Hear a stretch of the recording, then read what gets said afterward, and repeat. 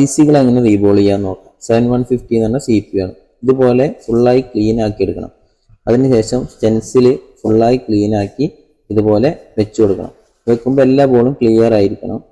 അതിനുശേഷം നമ്മൾ PPD എടുത്ത് ഒരു ടിഷ്യൂ പേപ്പറിൽ ജസ്റ്റ് ഒന്ന് പ്രസ് ചെയ്യുക. അതിനുശേഷം ഒന്ന് ഡ്രൈ ആക്കിയതിന് ശേഷം ഇതുപോലെ അപ്ലൈ ചെയ്ത് കൊടുക്കുക. എല്ലാ ഭാഗത്തും അപ്ലൈ ചെയ്ത് കൊടുക്കണം.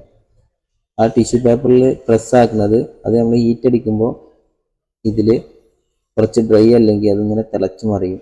അപ്പോൾ അതിൽ ബോളുകൾ വലുതും ചെറുതാവാൻ ചാൻസ് ഉണ്ട്. അതിനുശേഷം ഇതുപോലെ ട്യൂസർ ജസ്റ്റ് വെച്ച് കൊടുക്കണം. ഷെയ്ക്ക് ആവാതിരിക്കാനാണ്. പ്രസ് ആക്കേണ്ട ആവശ്യമില്ല. അതിനുശേഷം ബ്ലോവർ വെച്ച് ജസ്റ്റ് എല്ലാ ഭാഗവും ഹീറ്റ് അടിച്ച് ഒരു സൈഡിൽ നിന്ന് ഇങ്ങനെ വെച്ച് തുടങ്ങുമ്പോൾ നമുക്കിങ്ങനെ ബോളായി വരുന്നത് കാണാം.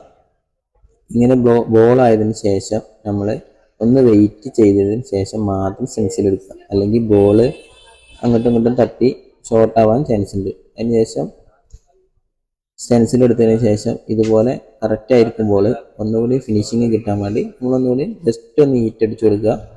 അപ്പോൾ ഇതേപോലെ കറക്റ്റായി കിട്ടും.